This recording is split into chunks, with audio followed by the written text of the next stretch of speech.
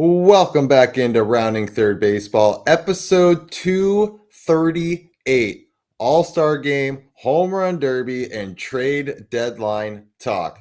I'm Nick, and we have Harrison tonight again, as always. How are we doing, Harrison? Fantastic, Nick. How we doing? Doing pretty good. Can't really complain. We had a great Jeopardy game last night. A lot of scoring in that Jeopardy game last night. It was pretty awesome. Yeah, that was we had 20 different people get on the board. That was crazy. It was a lot of fun. Yes, absolutely. So, And then we had a near death lightning strike. So dude, it was just like, oh my goodness. That made me jump. Yeah. When it went. That was wild. Yep. So, all right, we're going to get into all the news of this week. But first, make sure you follow and like us on Facebook. You can subscribe on YouTube. You can also follow on Instagram, Rumble, and TikTok. You can also listen on Spotify and Apple Podcasts or wherever you get your podcasts. We also have our affiliate programs, Dick's Sporting Goods, MLB Shop, and Lids. You can find these links on the tops of all of our socials.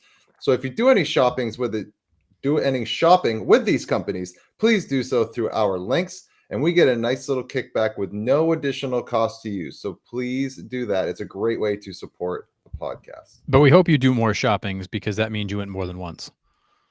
Right. For sure.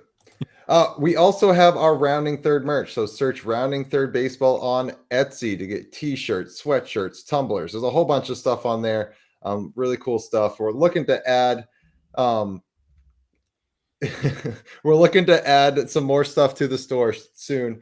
So please check that out. It'd be pretty cool. All right. Yeah, before we get going, we'll put you in for vacation time yesterday, Captain.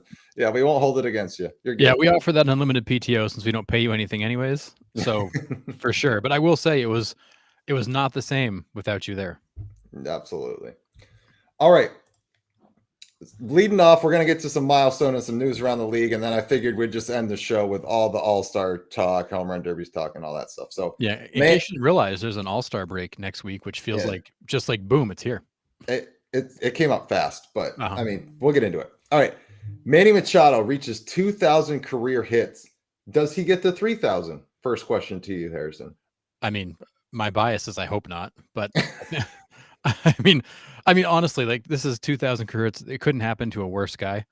Again, one of the guys who's top 5 most hated in baseball year after year after year. Dirty player, has injured a number of guys with dirty plays. Love him or hate him, you can't deny his talent. Yeah. Does he get to 3,000? I mean, he's still got a long ways to go, and he's not getting any younger. But I do think that he's got a shot at 3,000. For him, it's going to be health. He's for the most part been relatively healthy, but he's also beginning to age, and we'll see. Yeah. Does anybody else in the league right now have a shot at 3,000? I think Freddie Freeman has an outside shot. I mean, a guy like Mookie probably has a shot, but again, it's going to be health. He's had a couple of years that have not been ideal. Outside of those guys, I don't know that you've got a lot of 3,000 hit guys. I don't think Trout's got will be able to play enough to get there. Altuve? Altuve, maybe. I think Altuve is slowing down, but he's far enough up there that maybe again, it comes down to how long can these guys play, how healthy do they stay, and do they continue to perform as they age? Because Manny's he's a big boy, 6'2", 218, quarter infield spot, but he's 33. He's still got plenty of time. I mean, if he can average 150 hits for the next 7 years, he's okay. He's going to get right. He'll be right there. But 150 hits, that's not easy because his career average is about 165 a season. So he's got to stay right where he's at and continue to do that until he's about 40. Yeah, and not decline, like you said, right. Yeah, and he's had a couple seasons where he's missed some games that are certainly going to hold him back. But 163 hits last year, 140 the year before that, 172, 157. He's going to have to continue to be very productive till his 40th birthday. So here's an interesting one. I'm looking down the list of all the active hits leaders. We got Frankie Lindor at 31 years old, sitting at 1,586. So we're, quote unquote, halfway through our career. Yeah. The 3,000. Maybe. I feel like, I mean, you look at that list, Freeman, he's got 650 to go. That's gonna be tough. He's 35. Yeah, it's gonna be tough. He's gonna have to have 5 really good seasons right up to his 40th birthday. Altuve's right behind him, and he's also 35. Those guys are borderline. McCutcheon's already kind of on his way out. Goldschmidt's 37 and needs 850. Machado's probably the best shot of that group. Arenado, that's a tough one. No, there's no way. Harper, he won't get there. How about Nick Castellanos right there? I never would have put him at that many hits. I mean, I think people forget how good he was before he got to Philly. It's not people. I think a lot of people took note of him when he got to Philly because he played in Detroit when they were really bad. But he's been a pretty good, productive hitter most of his career. Yeah, and continues to be a kind of a productive, sometimes sneaky hitter. Because I think people forget about what he can do. But I think Freeman and Altuve are the ones maybe most likely to get there soon. I think Mookie's got an outside shot to get there. Harper maybe, but he's not really as much of a kind of sheer number of hits guy as Mookie is. Lindor, that's an interesting one. He's a year younger than Mookie, but he's 100 hits behind him. I mean, maybe. I mean, anything's possible. These guys they've got to play a long time. They've got to be very productive. They got to stay healthy. And for some of these guys, that's really hard. Yeah. So I'm with you. I think Freeman is an outside shot, but the guy's a hit machine. It wouldn't shock me. Altuve's interesting. He needs 670. I think he could get there. And then I think I'm gonna go all the way down to Francisco Lindor. I mean, Mookie Betts is at 1698 and he's at 32. He could be close, but he might be just short. Yeah, I mean, I think 3,000 hits in today's baseball, where you're trying to drive the ball and not just get base hits, it's hard. It's just going to get harder and harder to get there. And Frankie Lindor's average, he's kind of like in the same Machado camp, 165-ish. So he's got to be very productive right up to his 40th birthday. Yeah, that seems to be the magic number for these guys. They've got to maintain their career average until they're about 40. Yeah. Yeah. So John Temple said he's going to be in and out because Brian Wu has a special game going on. He doesn't want to, Yeah, we don't talk about it. Yep. So we're going to move on from that. Nostalgic Baseball Geezer, I'm with you. Manny has a shot. As he gets older, they're going to put him in the DH role for sure. And I mean, Harrison's with you, Flat Cheese. Yep. No. Oh yeah, it couldn't happen to a worse guy. Yep. I cringe. So we had 350 home runs a little while back, and that one hurt a little bit. 2,000 hits, that one hurts a little bit. There's no guy in baseball I like less. Yeah. So analytics will help his odds low. It's about power and launch angles. Yeah, but I think Manny Machado is a different type of hitter. Like if you've watched him lately, he is a lot. He has, I wouldn't say cut down his swing, but he does get 2 or 3 hits a game. Like every game, it seems like Manny puts the bat on the ball. Like what kind of person he is aside, he, like you said earlier, he is a talented ball player. I think he could get there for sure. Yeah, I mean it sucks because he as big a tool as he is, it's kind of hard to deny the talent. And I think you're beginning to see his power dip a little bit. He's kind of been on a downward trajectory the last few years in terms of home runs. He's on pace to finish behind where he was last year, this year. And I think in that time, you've also seen his average creep up. So I think you're actually seeing Manny begin to adjust who he is as a hitter. Right. Realizing that, I'm not going to be a 30 home run guy anymore, but I can be a really productive 25 home run guy. And maybe drop a few more singles and doubles in there and still make an impact. So I think he's nicely transitioning away from being a power bat to a guy who can do a little more than that. Yeah. Agree. All right. Brandon Young. You know what I find funny in this whole thing real quick is I don't see, I was really expecting to see some of these like real high singles base hit guys on this list. And I don't see any of them on this list. Like who? Like who are you looking for specifically? Well, like I guess no, Trey Turner's there. He's just further down. Yeah. I'm just trying to think of the guy, I guess Correa, but again, injuries. Oh yeah, for sure. I mean, Rafael Devers almost 1,200 hits at 28. Yeah, and he started young. That's a good one. I don't know. He could get a boatload of hits out there in San Francisco too. It's a good ballpark to get some hits. He could. He hasn't yet, but no. I mean, Xander Bogaerts 1775 at 32, but he's taken a huge dip. So yeah, I guess Juan Soto, 26. He's at 1,000. He's 26 years old. He's at 1,000 already. Yeah, I mean, I think Juan Soto, if he's healthy, I think he might be the only guy who could potentially be a lock for 3,000 based on how he's hit. And Vlad Guerrero Jr. 999 at 26. So I mean, they're not that far apart. I think that's the next wave of guys that we could see possibly push it or get there.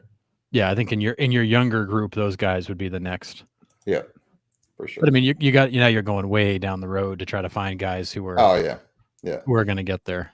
Judge does hit for average in power. Could he get there? I think he's too old. And I put too old in quotes. Like he didn't come up until he was what, 25, 26? Like he was on the older side of rookie. Yeah, he got a late start. He was also kind of a late bloomer. I mean, his rookie season, he was 24. He only played a little bit. He was 25 when he started playing full time. Again, super talented guy, but injuries are going to be a problem for him. He is a hitting machine, and he's last year 180 hits. This year he's already got 122 heading into the break. I mean, he could be looking at 200 hits this year. Yeah, you're not wrong with this comment, Captain. Soto better get 3,000 with that contract for sure. That's fair. I mean, the expectations are high that he delivers in a big way with that contract. Yeah. All right. So probably the only bright spot for the Orioles this year is Brandon Young throws an immaculate inning in the 5th inning against the Mets. Are immaculate innings as impressive now with everyone striking out?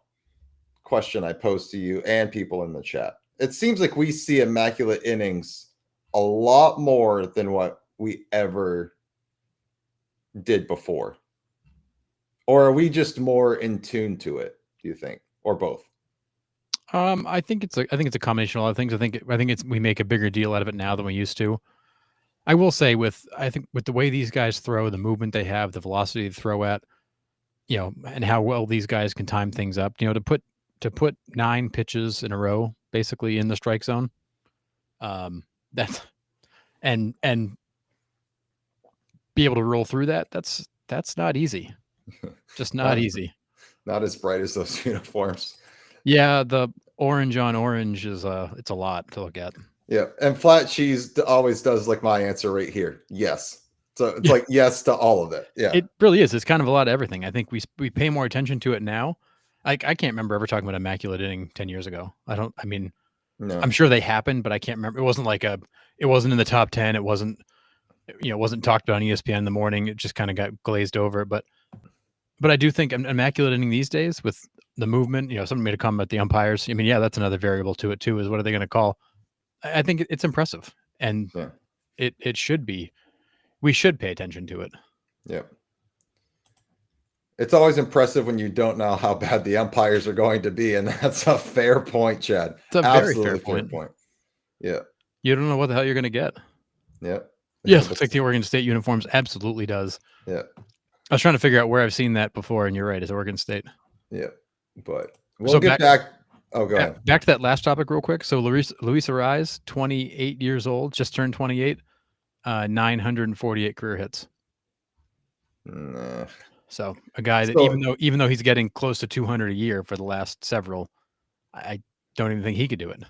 But the thing with Luis Arraez is he's not necessarily, this is going to sound weird maybe, he's not necessarily a hitting machine. He's a contact machine.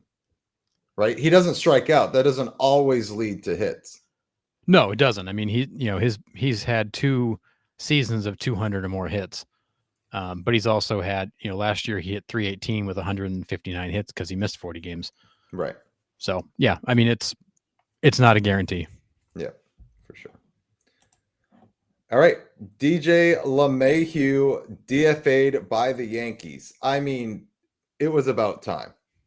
He has struggled to stay healthy. He has struggled to be on the field consistently. and when he has been on the field, he hasn't really performed. Will anyone pick up LeMahieu, or are we done? And I say we, I meant he. I think he's shown he showed enough, I think, with the Yankees that somebody will grab him. I mean, he was hitting 266, 2 home runs, 12 RBIs. His power is completely gone. And I think that's just injuries over time have taken their toll and wiped him out. He's still a professional enough hitter, and almost one WAR, nothing flashy, nothing exciting. But if you need a guy to sit in the 7, 8, 9 hole and get some hits for you and fill in field position, you could do worse. I mean, it's really since this guy, he hasn't been the same guy since 2020. No. I mean, he had that stretch of 4 or 5 seasons where he was one of the best hitters in baseball and then just fell right off a cliff. If not the best hitter in baseball. I mean, you can totally make an argument that there was few guys in baseball, if any, that were more of a menace at the plate than he was.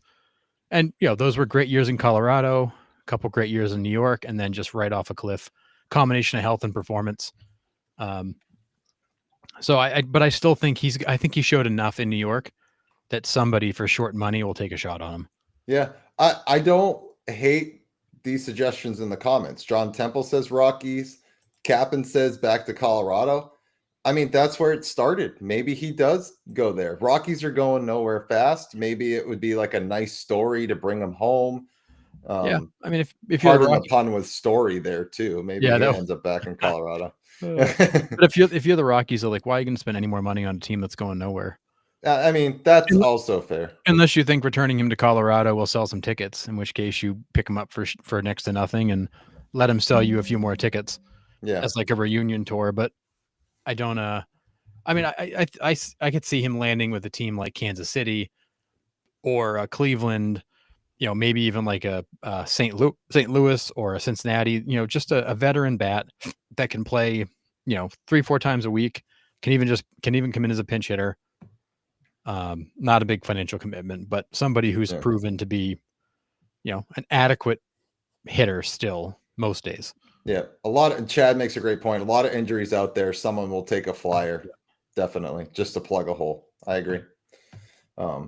Yeah, I mean, when he was with the Rockies and he was winning the batting titles or close, I mean, he was hitting in the 330s consistently for a good stretch of time there. Yeah, so from 2015, he hit 301, then went with 348, 310, 276, went to New York, hit 327, then hit 364. Yeah.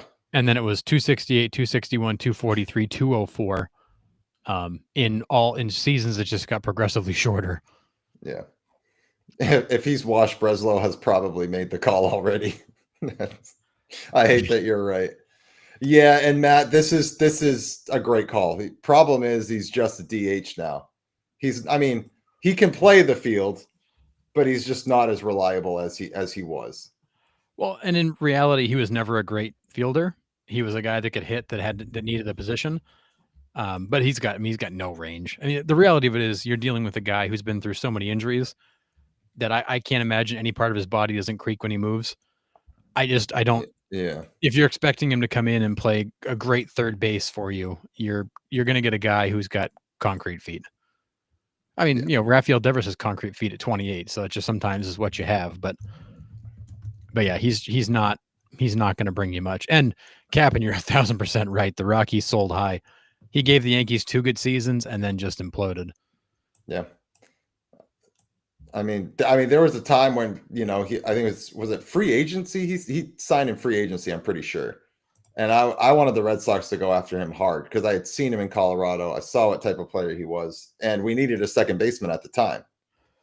Yeah, his last contract was signed in 21, so he was still under, unless it was a short-term deal, he would have still been under contract. Yeah. Yeah, a good veteran presence who can be a pinch hitter for a playoff team. That's a good one. Yep. Well, and I would be shocked if somebody doesn't think, oh, like, let's give this dude a shot.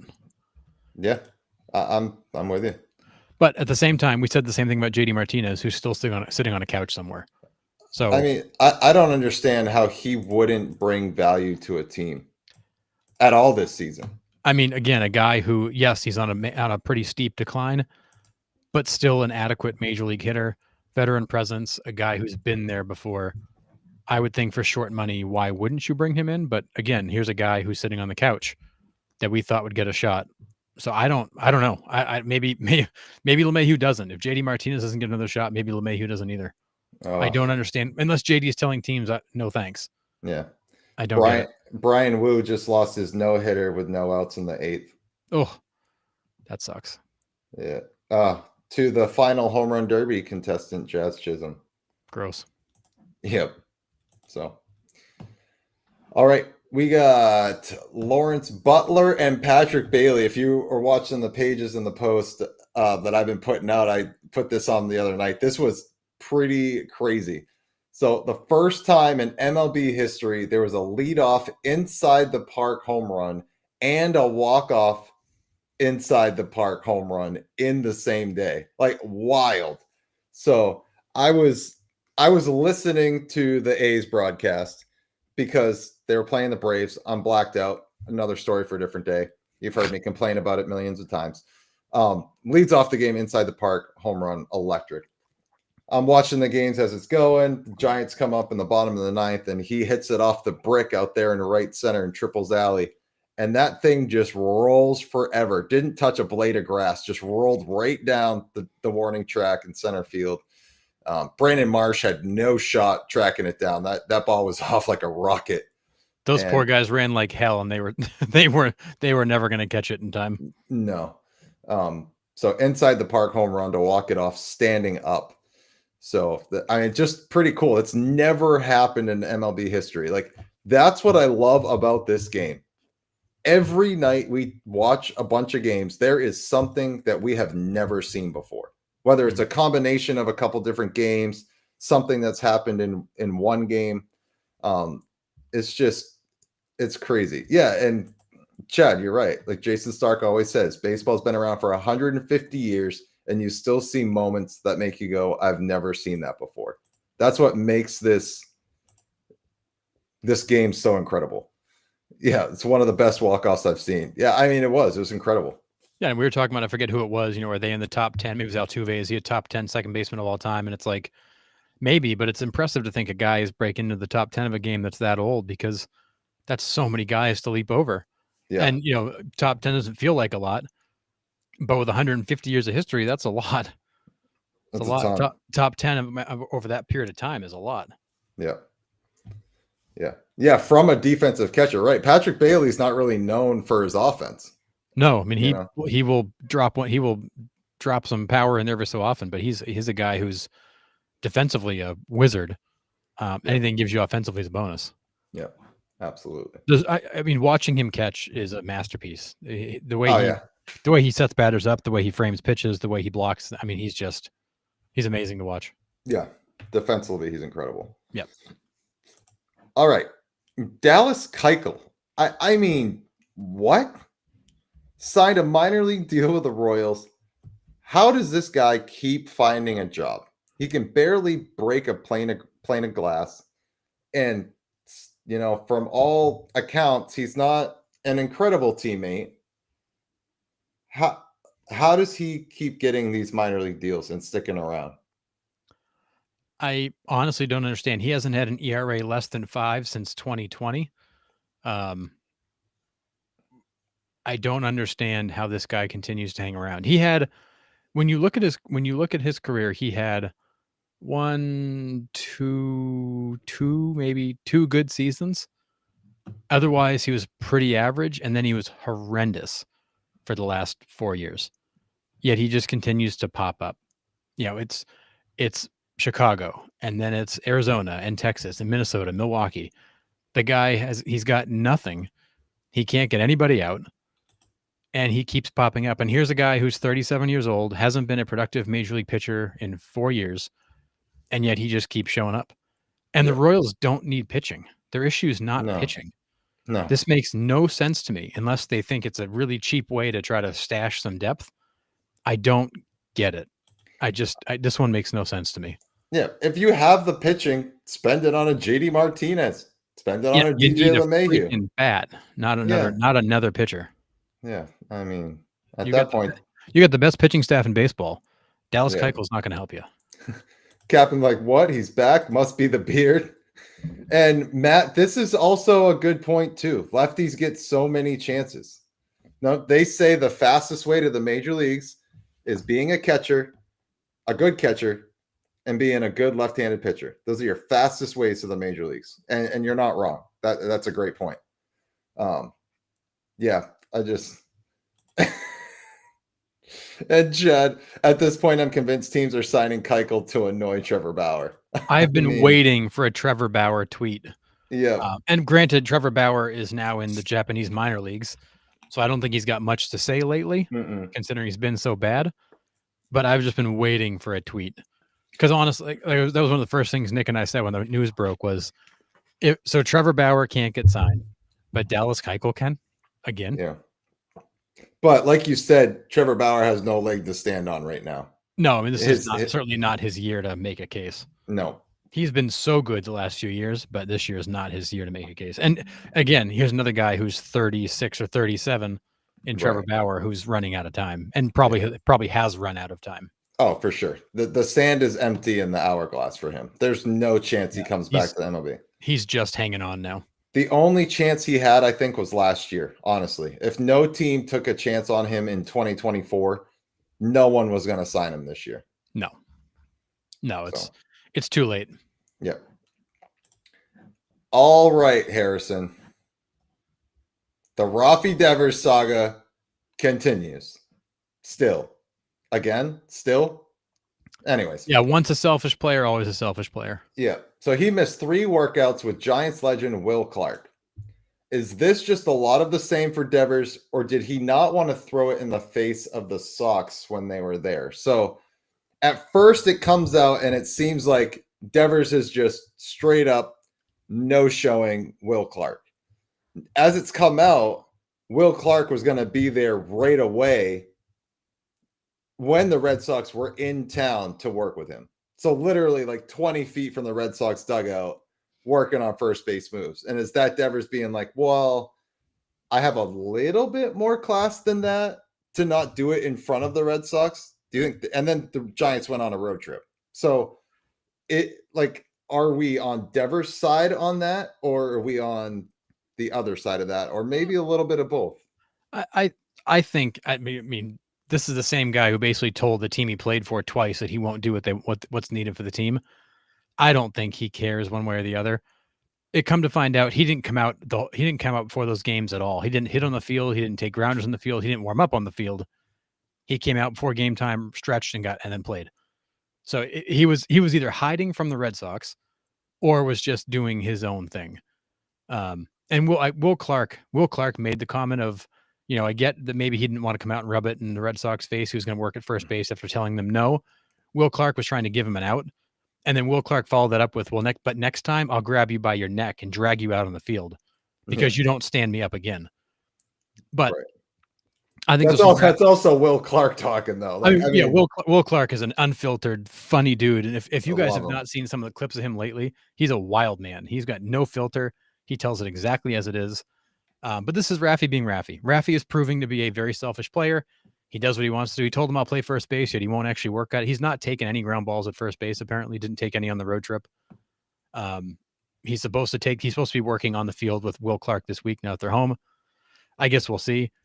But when a legend, if I'm Buster Posey, I just traded for this guy who's going to be a major piece of my franchise for the next 9 seasons.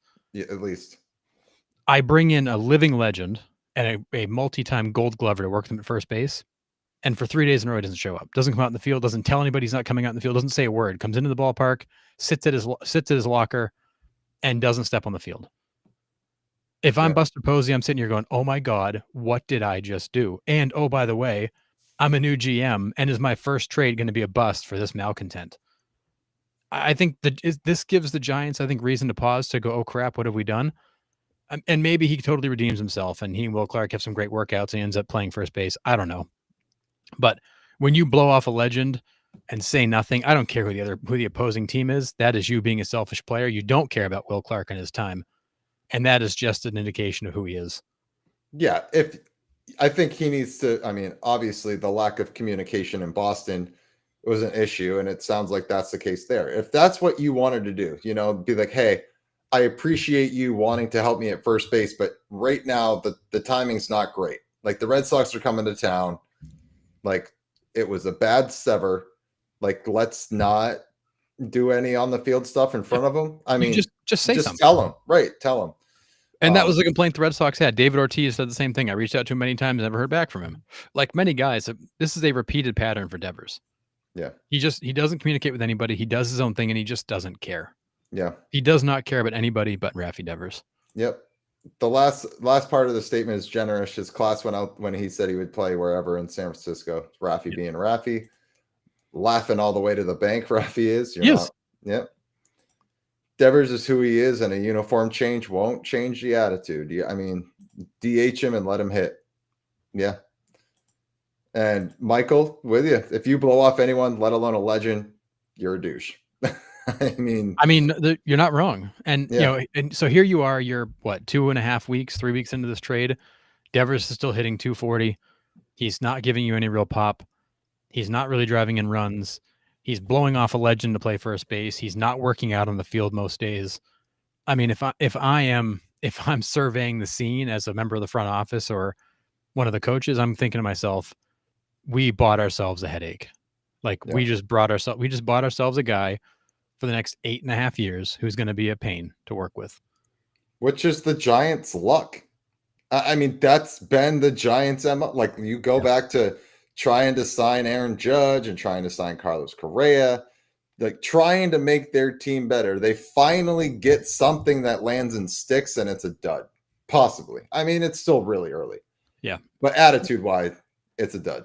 And is it any surprise? I think I looked it up yesterday. I want to say the Giants are like 6-14 since he's arrived, or 6-12.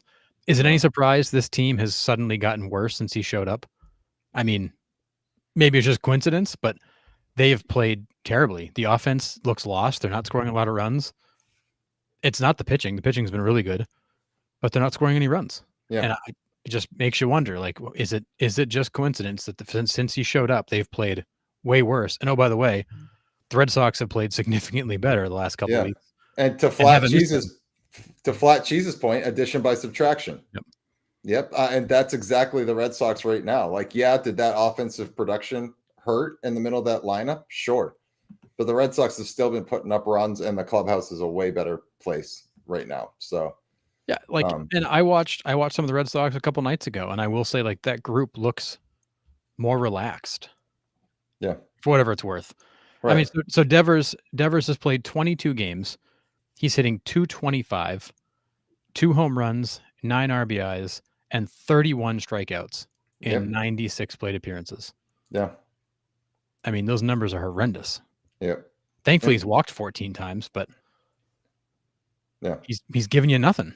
Yeah. So far. Yeah. Michael said the Sox won this trade just because they got rid of Rafi, and you're not wrong. Yeah. We were with you. Even the day of the trade, we were like, yes, thank you. He has been nothing but a pounding migraine. I wouldn't even say a headache. He was a migraine for the first 3 months. And the dude was like a split open skull. Yeah, he needed to go. And Captain, you're not wrong here. We have talked about Devers' footwork, and it is important at first base. You have to be set up with your left foot on a bunt down the line. You got to be on the inside, giving them an open target.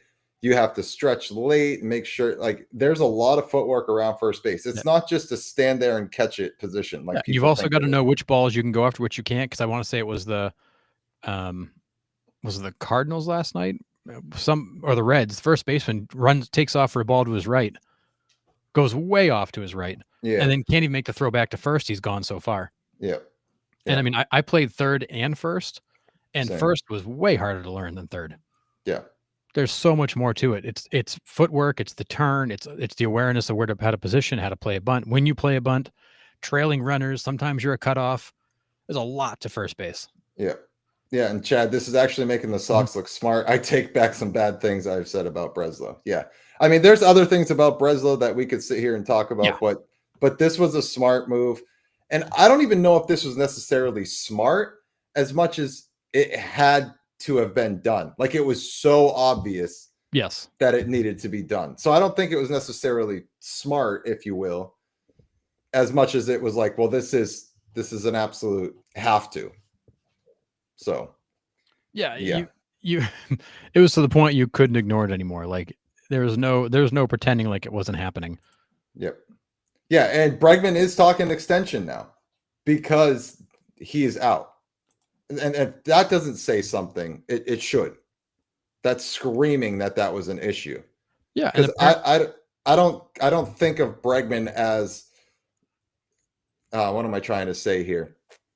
Like he's a locker room guy, but he's a quiet leader, and he's he not a knows what drama to expect. guy. Right? He's a professional. He knows how it's supposed to be done. He knows how to win. And if he's got guys in that clubhouse that don't necessarily toe that line, then there's an issue. I'd want out too. It's like we're never going to win with him. And we said that. We said the Red Sox would never compete, and they say they still won't because of who's on their bench, but Devers and Cora. Those are the two that need to go. You got rid of one of the two. Maybe we compete. I don't know. But one of the issues is gone. You've got to build a roster so good that Cora can't lose. That's the problem. Yeah. And I think what you saw early in spring training is, the young guys avoided Devers. The young guys went to Bregman and Story, who became the leaders of that team. And Duran. Yep. And Duran too. Those young outfielders kind of formed their pact with Duran. You had, Story and Bregman really took on the leadership role with the young guys. Yep. And everybody just avoided Raffy. I mean, you look at spring training, he spent most of spring training on a backfield by himself. And just completely isolated himself. Yep. That says everything you need to know about a guy.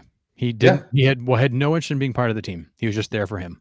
Yep. I said it a few weeks ago. It was very similar to the Nomar situation, and not like the outcome of the situation. Not what I'm talking about, but like how it looked at spring training.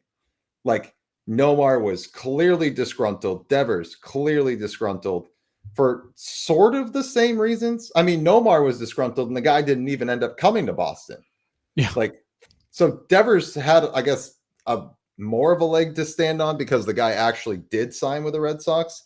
But still, it was very similar in that aspect about being pushed out of their positions that they weren't happy about. And Red Sox traded Nomar. They win the World Series.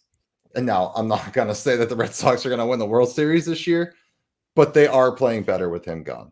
So yeah, and the team just look more relaxed. They look more comfortable. I mean, it also helps when you get to play, the Rockies for 3 games and you just get to beat up on a AAA squad. But they look more relaxed. The locker room looks more relaxed.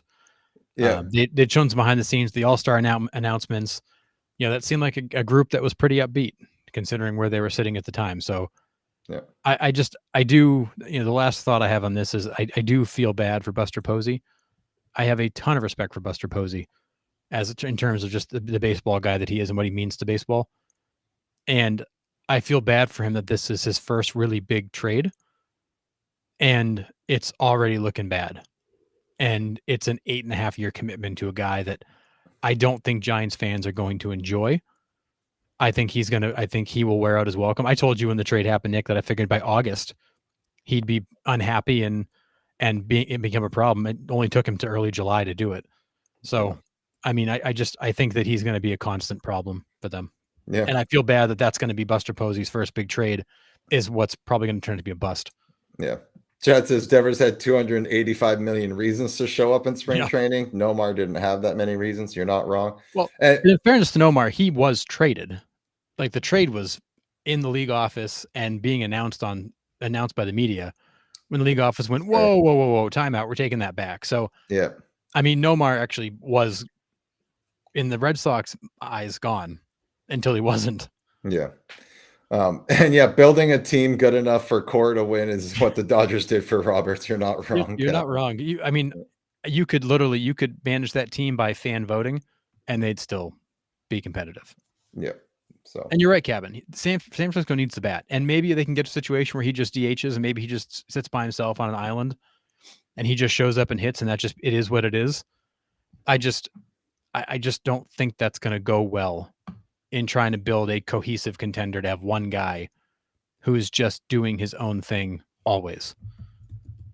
But if you can find a way to keep him happy and just let him hit and leave him alone otherwise, maybe. Yeah, I mean, we were looking at it, I mean, not that long ago that the Giants were pushing for the division there for a little bit. Well, Yeah. I mean, they were only like, what, a game and a half, 2 games back, and we're like, "Dang, this could put them over the edge." They've fallen back down to they're 5 back now. Yeah. I mean, still sitting in all right position. I mean, the Dodgers are not playing well. They've lost 6 straight. Yeah, they had a rough go. And it's unfortunate in the meantime, the Giants and Padres, I think, have each picked up a game in that window because they haven't been playing great either. Right. And the Padres have had maybe the greatest kind of fall back to earth of any of those early season teams, because here they are 6 games over 500, 6 games back. They're out of the wild card. They're a +4. They started off the season so scorching red hot. Yeah. And just, came back to reality fast. Yeah. And Michael, you're not wrong here. Toddler mentality for sure. Cause they're not giving me what I want. Yeah, he's a child. And I want to play the field. Yeah. He's a mental midget, selfish child. Yeah. To quote Sean, that was one of his favorite sayings right there. It's such a good one. Yeah. All right. Here we go. We'll dive into the All-Star game here. We have a lot of alternates here. Andrew Abbott, Junior Caminero, Robert Suarez, Isaac Paredes, Joe Ryan, and David Peterson.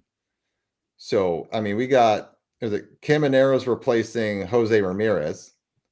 So, and he's just opting out of it. He's not injured or anything. He's just opting out of the All-Star game. Yeah, Caminero and Paredes are replacing Ramirez and Bregman.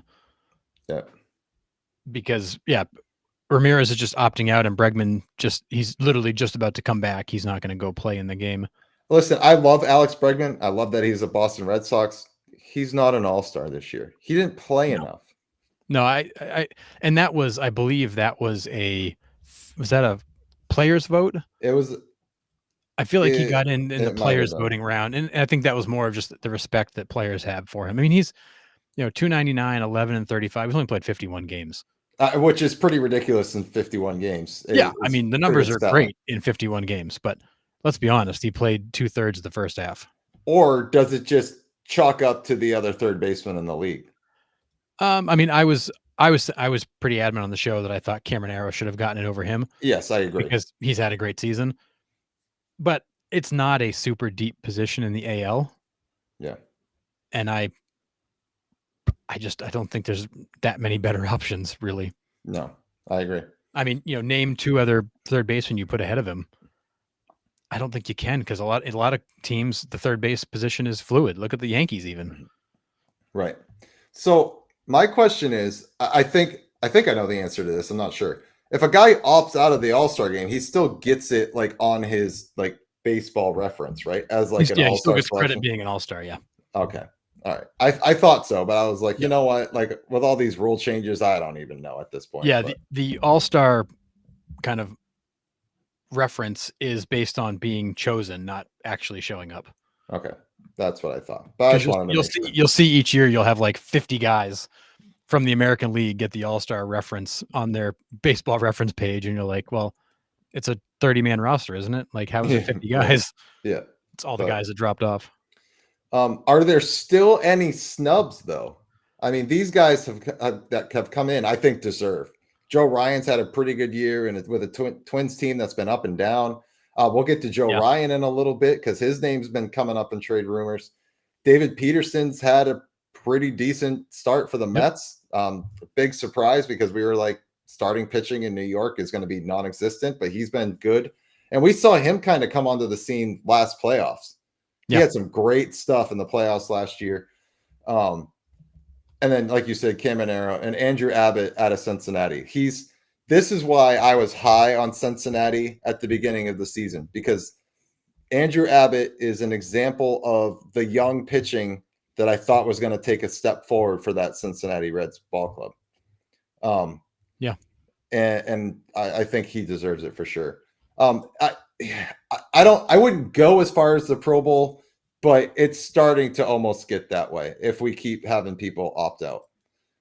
I think the MLB, I'm a little biased, but I think the MLB All-Star game is the most purest or closest to the original game for an All-Star game as there is, because, Hockey, the final score is 17-15. Basketball is 300 to 298. Unwatchable. And the NBA is unwatchable. Yeah, and the NFL is flag football now. So I mean, like, and not flag football because they don't call any penalties or because they call too many penalties, but literally because it is flag football. Right, like no pads, nothing. It's flag football. We remember that Patriots running back. I can't think of his name now. Who blew his knee out on the beach. Yeah, that one was bad. That was when they started to change all the rules. Yeah. But yeah, go Marlins. I know leapfrog the Braves this week. Marlins are sitting there, man. They are. But I don't know if that's bad on the Braves part or good on the Marlins part or both. But I mean, a little bit of both. Yeah, for sure. But yeah, those are your all-star alternates. All right, moving. Yeah. Well, so to go at your question, Nick, about the snubs. Okay. There's definitely some players that got snubbed here. So when you look around the league, Trey Turner leads the NL in hits. He's having his best season in several years. 294, 11 and 40, leads the National League with 111 hits, has played solid defense. Looks like the Trey Turner of old. I would say he's a guy that probably got hosed.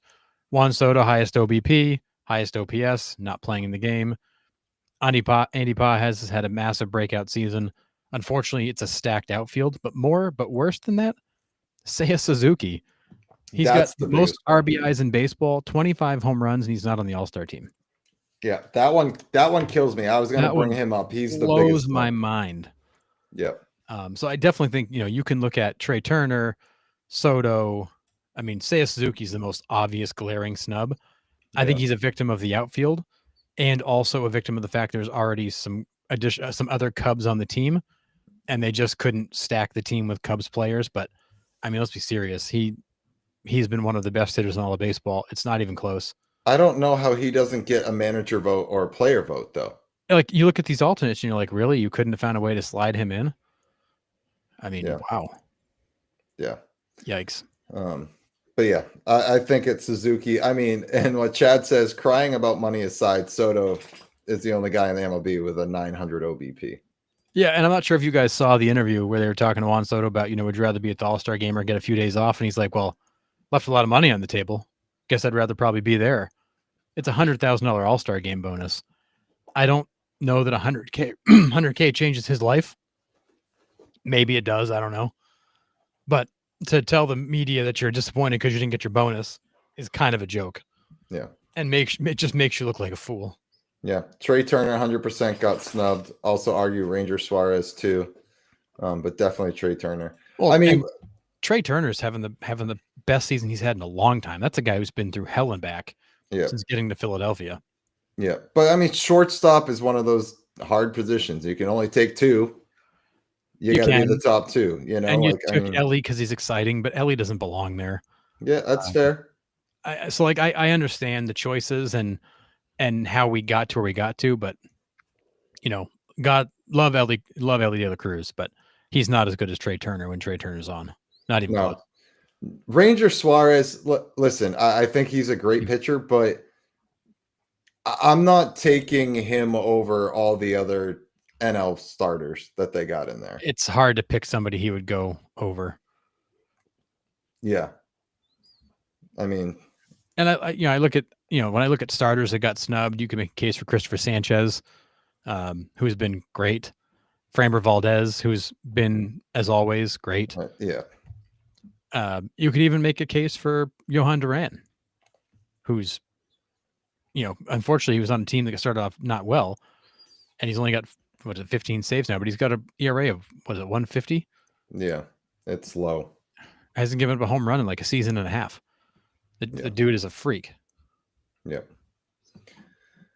All right, let's get over to the home run derby. So which 8 players will compete, you ask? Well, Ronald Acuna, Cal Raleigh, James Wood, Byron Buxton, O'Neal Cruz, Junior Caminero, Brent Rooker, and just announced before we came on, literally, Jazz Chisholm. Are you serious? Now, I think Jazz Chisholm is a lefty bat that they wanted in there, right? Because you got Ronald's right, Raleigh's probably going to hit from the left side. Wood's a lefty. Buxton's your righty. Camaro's your righty. Rooker's your righty. So those are your 4 righties right there. Yep. So you'd really want to go 4 and 4. Yeah, it'd be nice to split it. I still think this should have been Geno Suarez. I mean, the guy's having an incredible first half of the year, hitting the ball out of the ballpark. I would have rather have seen Geno there instead of Jazz. Yeah, I'm not even sure what to say. This is like the Island of Misfit Toys. This is not a home run derby field. I mean, aside from a few guys on this list, Raleigh, Wood, Camaro's a big power guy. Rooker's a decent power guy. Jazz is not. O'Neill Cruz hits the ball hard, but not a big power guy because he just doesn't hit much. Buxton's really an all-around guy. Acuna's an all-around guy. It is, I don't know. I find this field to be really disappointing. And that you've got all these sluggers like Suarez, Alonso, et cetera, go down the list that aren't competing. And I know a lot of them said no thanks. But it makes me wonder, like, why are guys not interested in competing in the home run derby anymore? Yeah, I mean, so this, I don't know. I think it's when they kind of changed the format, right? I mean, having the timed rounds, it does take a lot of gas out of the tank. Like, that's a lot of swings in a 4-minute span. These guys aren't used to going up and taking 50 swings in a 4-minute span. Or what is it, 40? I think they get 40 swings or 4 minutes, whichever comes first, I think is what it was last year. It was something weird like that. Yeah, something weird like that.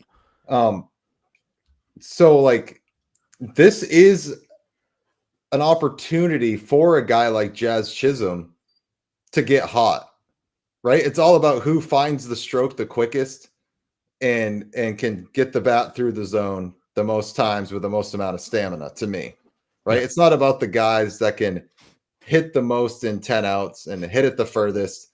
Like, it's not about that anymore. It's a lot different. Does it make it go by so it's not a 5-hour home run derby? Yes. I mean, I get it. I mean, some of the home run derbies we watched when we were kids started at 8. It didn't end until 12:30, quarter 1 at night. But they were so good. Oh, they were so good. Such good home. Like, I think back to like the 99 home run derby. Like, I'd rather watch the replay of that than this 2025 derby. Yeah. And I get that, but that's not what fans want to see. They want to see fast, action packed, but that's why people pay money to go see the sideshow that is the Savannah Bananas, because it's a 2-hour time limit. Right. I don't know. I think we're going to see some electric home runs.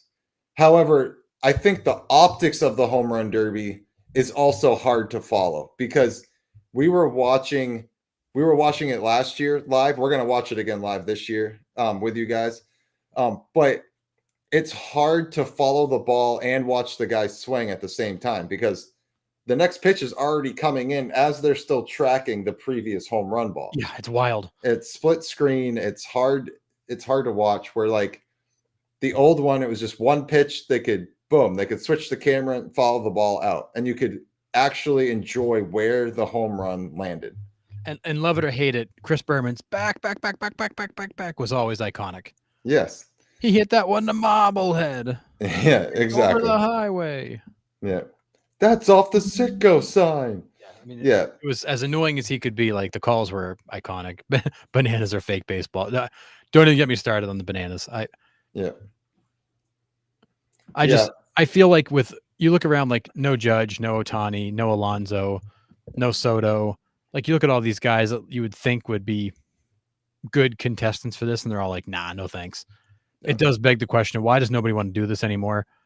And how did we end up with this field? Now, granted, like, Cal Raleigh will be fun to watch. James Wood hits tanks. O'Neill Cruz hits balls so hard. Yeah. Caminero hits rockets also. Brent Rooker hits a fair number of home runs. Jazz Chisholm, he's just there to fill up the field. Byron Buxton, don't expect a lot out of him. Acuna, I mean, we got a question about Acuna and Buxton with recent injuries, if they're even going to be able to compete. Right. So I don't, maybe they aren't even there, but I look at this field and I just kind of go, yeah, there's a few guys that I think are going to be fun. Otherwise, it's going to be just waiting to get a few of these guys to just get knocked out. so we can get to the later rounds when the home run derby becomes real. Yeah, I don't know. I mean, it's still going to be fun to watch it. It's always fun. Watch it. Yeah, I mean, it's always fun. It's I want to say, was it Tommy mentioned it before? Yeah, like I'm so disappointed in the home run derby field. It is a sad showing for MLB to only get those guys. However, I'm a baseball junkie. I'm going to watch it. I'm going to enjoy it. Right. But I really wish that it was. I know going into it, it's not going to be a great home run derby, and I just wish it was going to be better. Yeah. So. Yeah, catering to the average fan over the diehard true fan that watches their favorite team. I agree. Yeah, Tommy, we've gone over this a bunch of times too, and we're in the same boat as you. It's MLB continues to try to change the rules and make the game more attractive to a wider audience. The problem is that wider audience comes to one game and never comes back. Right. And those of us that have been there year in, year out are looking around at a game that we barely recognize. Yeah. Yeah. Well, that's a terrible field. Yeah. Yeah, Raleigh will be fun, but don't want him to screw up his swing for the hunt for 73. Yeah. And I'm with you. Yeah, I'm actually surprised when all was said and done. This dude's a catcher who takes a beating. I'm actually shocked that he wasn't going to try to take a couple extra days off around this thing and skip this. But yeah, I'm with you, Kyle. I would rather have Riley Green also representing the red hot Detroit Tigers and the year they're having to represent him. And that dude can hit. I'd be all for Riley Green. Ohtani and Judge. Judge has come out and said he won't do another home run derby unless the All-Star game's at Yankee Stadium. He said he's just out, period. Yeah. But yeah. So with Ronald Acuna being like he was scratched from the lineup, I think it was Tuesday night with lower back tightness, and Byron Buxton got hit on the hand last night. I don't know his status or even if he played today. Are they gonna end up bowing out due to injuries? Who knows? I mean, Acuna was a back thing, right?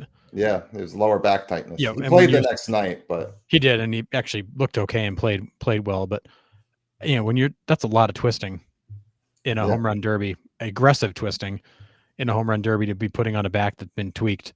So I don't know. I mean, if I'm the Braves, I didn't want him to do it originally. I definitely don't want him to do it now. Right. But we'll see. Yeah. So all of that aside, Harrison, who are you taking? If I had to take one guy right now, I mean, I feel like it's my boy James Wood. I've been all about him all season. He's on my fantasy team. I've been watching him closely. I'm gonna go James Wood. He just hits. He has such a smooth swing, and just pummels baseballs. Yeah, that's fair. I'm gonna take Caminero. Yeah, he's my second choice for the same reason. Just the right-handed version. I'm gonna take Caminero, and I hope he does a home run lap like he did in the winter leagues every time he hits one. I hope he takes a home run lap every time, just like that, after each one he hits. You know who I think could really be a true sleeper in this is Brent Rooker. Yeah. It's because of the style of home runs he hits. Now, listen, O'Neal Cruz is going to hit some absolute missiles.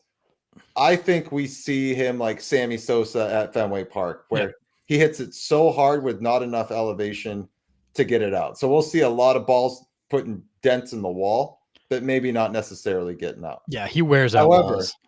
However, if he does get a little bit of elevation and he finds it, watch out in the chop house because it's going to be like a war scene in there. Oh, it won't be safe. I mean, even if you got a glove on, it won't be enough. And honestly, like you look at Caminero, Wood, O'Neal Cruz, like those kids in the outfield are not safe. No, we have talked about this. The kids in the outfield thing, it should be college kids. Like it should not be. I mean, at the youngest high school kids that at least are smart enough, it cannot be these 12 and 13-year-olds anymore trying to catch 120-mile-per-hour missiles. Well, was it last summer or the summer before? He took it right in the face. Kid got smoked. He's looking up for one ball, another one came screaming in. Yeah. I feel like Jazz Chisholm's there to boost ratings. Probably, yeah. Oneil Cruz could dent the brick wall below the chop house. Oneil Cruz could take the chop house out completely. Yeah. I mean, we are going to see some absolute rockets, and I can't wait for that. And that's why I think there's going to be a few guys here who are really exciting to watch. And I think it will still be fun. Yes. I just think overall it's not going to be a great quality derby, but I think it's going to be fun. We need some cameras in the stands to see the carnage. Oh my goodness! Like they should honestly put like safety netting up for the bleacher, because people are just going to get lit up out there. Yeah. What is my dark horse? Yeah. I mean, he hits the ball so hard. Yeah. Since Harrison's taken Wood, I'm gonna take the righty and Caminero. I do think Truist Park does lend itself to lefties a little bit more, not much more. It's slightly favorable to lefties, a little bit more. But I'm going to take Caminero just for the heck of it. I think what we've seen in the home derby, and is the point you were making, is that it's not about how many you can hit. It's about the ability to pace yourself and not run out of gas early. Yeah. And I think these young guys have the benefit of being young guys. And I think the guys that can hit it with these lower energy swings, James Wood, Brent Rooker, Junior Caminero, they're not like from the heels hitters.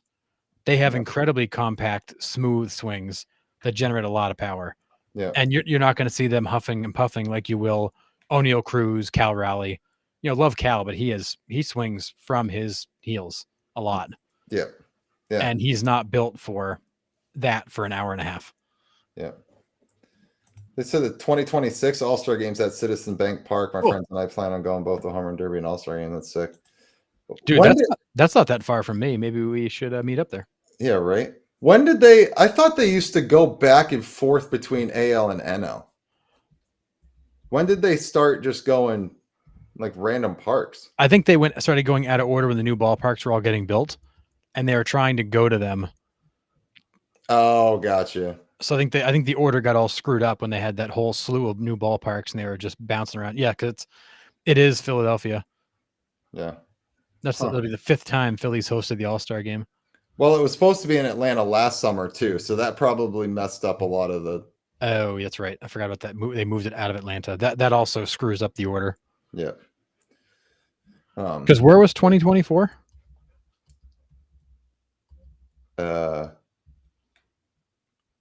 Wow. Yeah, I cannot for the life of me remember where it was. LA.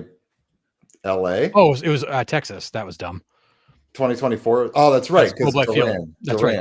Duran won the All-Star Game MVP. Yeah, that's right. And that, again, a new ballpark that they were happy to get to. So yeah, and then it would have been Atlanta this year, and then back to an AL. So they're trying to Atlanta, Texas this year, back to Philly. Yeah. So they're usually 2 or 3 years out. Yeah. So they're trying to get it back on schedule now. So yeah. So I'm gonna take Caminero. Harrison's gonna take James Wood. I hope they face off in the final. That would be awesome. Yeah. You want to talk about some energy in the final? Yeah, that'd be fun. Colorado, that All-Star game was pretty wild. That was nuts. Yeah, that was nuts. Crazy. All right, back to the All-Star game real quick, Harrison. The ABS challenge system is coming to the MLB All-Star game. I have one question for you. Why?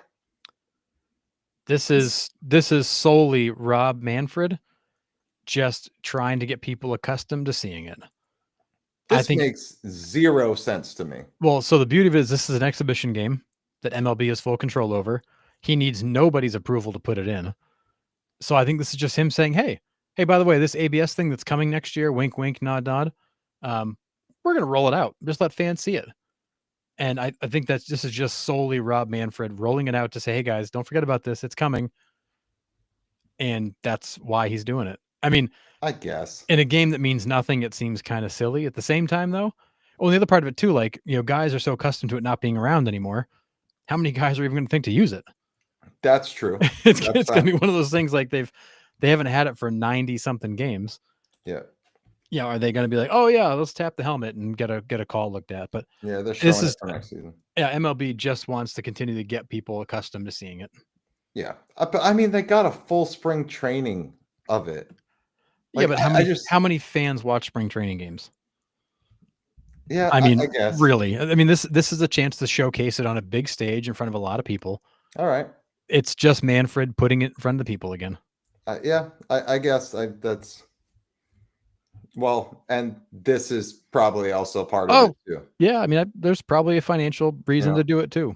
Yep, MLB getting paid a lot of green from the company who makes the technology, and you're not wrong. There's financial reasons behind every decision. I'm just gonna say, I mean, this baseball is an $11 billion business. You know, they don't get up in the morning and do anything for free. No.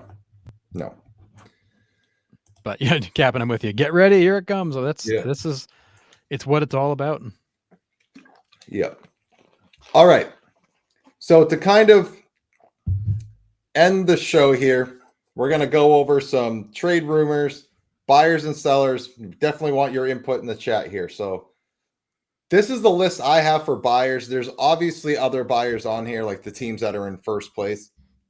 But these to me are the teams that we might not have thought were buyers that I think are buyers. So we got Toronto, Philly, Red Sox, Giants, Mariners, Brewers. Would you add anybody to that list or take anybody of that list off? If John Temple's still in the chat, close your ears. I think the Mariners are wannabe buyers. I don't think the Mariners have the payroll capacity or the appetite to pull the trigger on a deal that actually adds money to the team. So I think the Mariners are probably pretenders. I do think Toronto, Philly, the Red Sox, it seems like.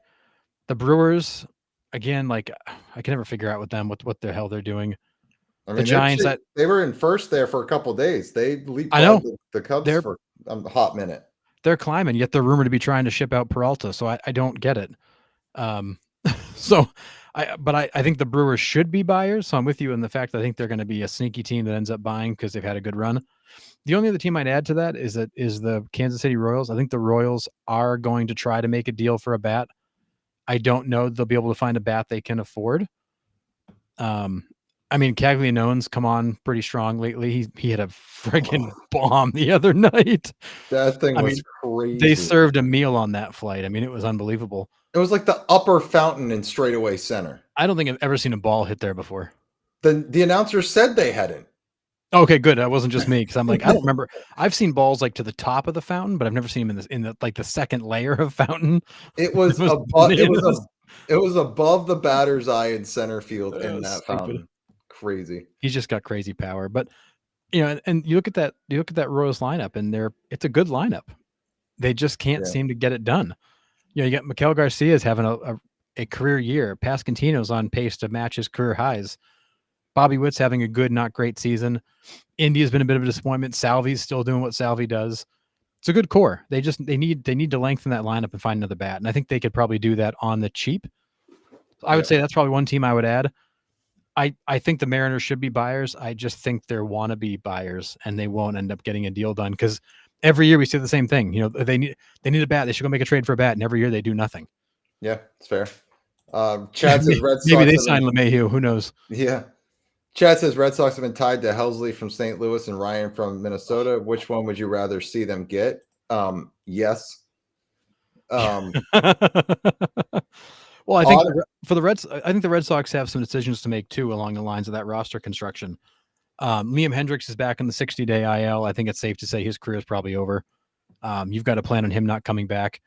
You got to make a choice with Walker Buehler. I think it's probably time to just cut that one off and move on. In which case, Joe Ryan would be great. Ryan Helsley's a tough one because you got Aroldis Chapman, who's having a fantastic season. And you put Helsley and Chapman in the back end of that bullpen, though? Oh, man. Yeah, I mean, you go 8-9 with those guys. That's scary. And I don't think either one of those guys cares which inning they pitch. They just want to come out and dominate. And if you look at the first half of the season for the Red Sox, the games they were losing were in the 8th and 9th. Yes. Yeah, they're continuing. The Red Sox do one of two things. They either get behind early and can't catch up, or they give it up late. And it's not consistent, but they've had some struggles late in games for 3 years, 4 years. It's been brutal. Yeah. Do we think I guess one team on the buyer side they're actually a buyer today and I can't imagine that they're going to do more. But the Rays, yeah, the Rays seem to be. I don't know if Sternberg's also like woken up and realized, oh wow, like we're actually a good team. I should do something. Maybe they plugged his power cord back in, and he's realizing he should wake up. But that Rays team, who we thought was going to struggle to figure who they were, that's actually a really good team. Yeah. They got the arms. They do. They always. They must like 3D print these guys and ship them up. It's crazy. It's stupid. It's stupid the amount of talent they just keep churning. So I think the Rays are a team that should be buyers. They were a buyer, but I think they're going to be, like the Royals, they're going to be buyers on the cheap, on the fringe. Yeah. They're not going to go make a splash. Yeah, they took the guy from the Orioles. I can't remember his name, who's had the most appearances for the Orioles. No, I don't remember. What the hell is his name? I just saw him throwing against the Red Sox before he came on, and I already spaced it out. Yeah. But he led the Orioles in appearances, and the Orioles were like, "Thanks," but all right, yeah. Let's hop. Brian Baker. Thank you, Brian Baker. Yeah, all right, I watched him pitch the other night. He got absolutely lit up. Gave up 4 runs in a third. Yeah.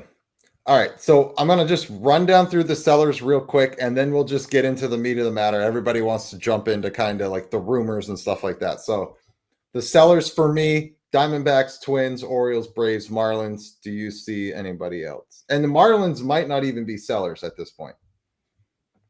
They don't really have much to sell other than Alcantara. That's the only reason I put them. Alcantara and Cabrera. No, I mean, I think the only team that I question what they're doing, and I don't think they're willing to wave the flag, is the Rangers. They just can't seem to get things going. But I don't think they're going to try to make moves. I think that's probably it. I mean, there's a lot of teams that are still very much in it. I mean, the Diamondbacks are arguably still in it, even with all the only 4.5 games out of a wild card. But they just can't. Again, they can't put it together. Yeah. I mean, I love the fact you left the Rockies off the sellers list because there ain't nobody to sell there. So it's not even worth talking about them. No. It's hard because there's so many teams in it with those expanded playoffs that right. Yeah, you look across the league and you've got 1, 2, 3, 4, 5, 6, 7, 8, 9, 10. You got 2/3 of the league that's within 3 or 4 games of a wild card spot. Yeah, I agree. All right. And this is a fantastic point, Chad. I was looking at this the other night. The Red Sox coming out of the All-Star break, their schedule is brutal. And they are, I think, so like, Bregman's expected to play this weekend. He's going to skip a rehab start and come right back to the big club to get some ABs before the break. I think in preparation for that gauntlet of a schedule they have coming out of the All-Star break, I think the Red Sox are going to get pummeled in the second half of July and are realizing now they need to bring in some reinforcements for that. Yeah. So let's go back up to, do we think the Phillies will do anything at the deadline? Trader Dave, I never put anything past him. And, the Phillies are apparently looking for a bullpen arm. There's still rumors that they're trying to find a way to move Bohm and Castellanos. I would not be shocked if Dombrowski makes a move. I think that team is they're so payroll maxed right now. And that's why they're not even talking to Schwarber about a deal right now. They've got to sort out their own house and their own mess. Yeah. Which is also what Dombrowski does. Dombrowski mortgages the future to try to win now and then leaves you a mess. Yeah. So I just think the Phillies are so payroll stressed that they don't have as much flexibility as they have in the past, but I never put anything past Dave Dombrowski. Yeah. Captain would love to see Josh Naylor in KC. I think that would be a great fit, but there's no spot to put him. You got Pasquantino and you got Perez in the DH spot when he's not catching. You don't have a spot for Josh Naylor. You could put Pasky back to first. You could find a spot for Caglianone, who's played some outfield. Like you could make it work. I don't know that you want to shuffle around that much. Yeah, I don't know if you want to shuffle around that much. And I also don't know if they can afford to add a Naylor. Yeah. Given where they're at. I mean, he's not an expensive guy. He's also not a cheap guy. What about Gino Suarez in KC? I would love, he would hit bombs into the fountains, but I don't know that and Maikel Garcia has been playing a lot of third base and he's having a career year. So I don't think third is a position of need, although Garcia could move to the outfield because he's played there before. I think the problem the Kansas City has is that their flexibility is really in the outfield. They need outfield help, and that's not where the market is got the best options. It's really infielders. I mean, the Red Sox have a plethora of outfielders. They do. They sure do. I don't, unless you're going to go get a Duran or Abreu, I don't know that the other guys make a big impact. But what is that cost? What does that cost you? I think a Duran cost you quite a bit. Does that cost you a starter, an MLB starting pitcher? If the Red Sox are not just blowing it up, then yeah, I think it costs you a major league starter. It's like Seth Lugo or Cole Ragans. I mean, you're probably not getting a Lugo or a Ragans. You're probably trying to get a guy like a Bubic who's got a less of a track record, but having a fantastic year. But if you're KC, I don't know that you do that. You give that up. I mean, you need to keep that pitching intact. You've got a farm system with some options. I think you try to trade young, and that's why I think they're going to have to go make a trade for a guy on the perimeter, kind of a fringe player, because they don't have much to give on the major league roster right now. It's fair. Braves won't sell anything big. Anthopoulos isn't going to blow up the team. The reports out of Atlanta are conflicting. There's reports that Anthopoulos is furious with this team, the way they've performed, the way they don't seem to care, the way they're not responding to Snitker. There's rumors that Snitker could get fired during the All-Star break. There's rumors that Anthopoulos is listening to offers on. I mean, Acuna is still in rumors right now as being available, and he's taking calls. And apparently, the Red Sox at one point were, actively working that conversation with Anthopoulos. So I don't know what the Braves are doing. And Anthopoulos is not the guy who overreacts, but he's got a problem in that clubhouse. He's got a problem on that field. He's got a problem with the manager. And you got guys that are rumored to be kind of a problem in Harris and Acuna. You got a lot of payroll. You signed a lot of guys to long-term deals that are not performing right now, and he's got to reconcile that. For me, like, as much as Acuna would be awesome in Boston and electric, you have outfielders and you have outfield depth. I don't know why you would necessarily want another outfielder to juggle around out there. You already got Rafaela, who's playing Gold Glove center field. You're not moving him. You're not taking Duran out of the lineup. You're not taking Abreu out of the lineup. Nope. Like, I don't.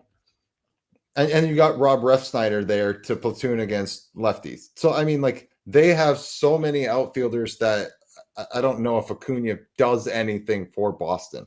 That's a silly one for me. Yeah, and unless you're trading a Duran or a Abreu to give them back a major league ready outfield, there's no spot for him. And which I guess you would have to give up one of those guys for sure, or Anthony. I didn't even put Roman Anthony in there. Yeah, if Acuna and he's been DHing some lately because they're trying to keep his bat in the lineup and figure out a place for him. But I don't know. The Braves are interesting because you look at, their expected record is so much better than where they sit. They have been probably the unluckiest team in baseball. They've lost games in the craziest ways.